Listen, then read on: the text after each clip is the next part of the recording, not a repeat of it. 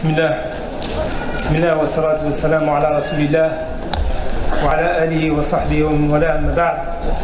Assalamu alaikum wa rahmatullahi wa barakatuh.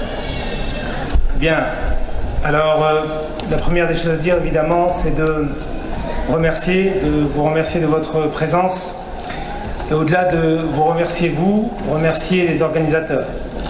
Donc la Ligue islamique du Nord ainsi que l'Union des organisations islamiques de France. Et par ce remerciement, je vais directement rentrer dans le vif du sujet. J'ai que 20 minutes et je vais essayer d'aller à l'essentiel à chaque fois. Je pense que notre remerciement et notre solidarité est aujourd'hui impératif. Et s'il y a un défi à mener aujourd'hui, particulièrement lors de cette journée, c'est d'être solidaire face à celles et ceux qui font l'objet d'attaques injustes. Vous savez, parfois, comme le disait un ami, un professeur que vous connaissez, Pascal Boniface, quand on voit la liste il disait, quand je vois la liste de mes amis et la liste de mes ennemis, je suis aussi fier de l'une que de l'autre. Donc aujourd'hui, le fait d'être calomnié et diffamé par un certain nombre d'acteurs mal intentionnés n'est pas en soi une tare, c'est presque gratifiant.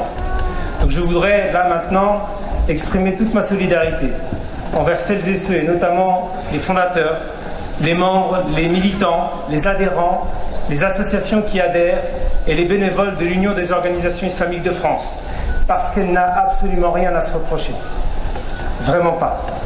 Ceux qui aujourd'hui font un procès mal intentionné à l'UOIF devraient juste se rendre compte du travail fait depuis maintenant plus de 30 ans par une association et une fédération qui a permis à des gens comme vous et moi de vivre pleinement une islamité qui puisse faire le lien avec nos sources de manière fidèle et le fait d'être citoyen de manière apaisée.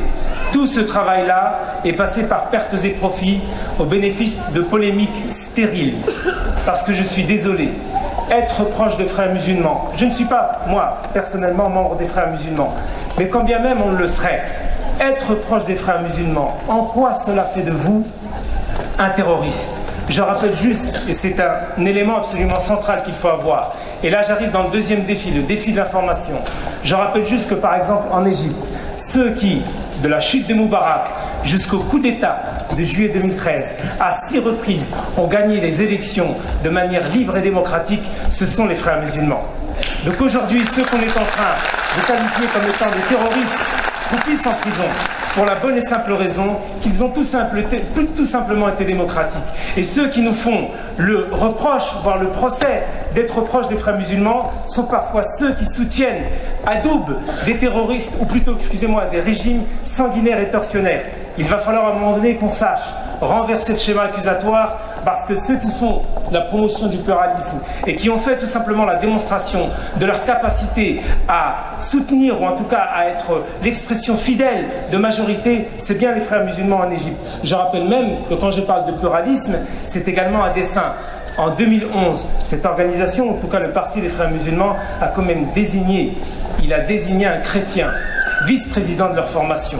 Et qu'en Tunisie, en 2011, Al-Nahda, le parti proche des frères musulmans, a envoyé la moitié des élus qui étaient des femmes au Parlement.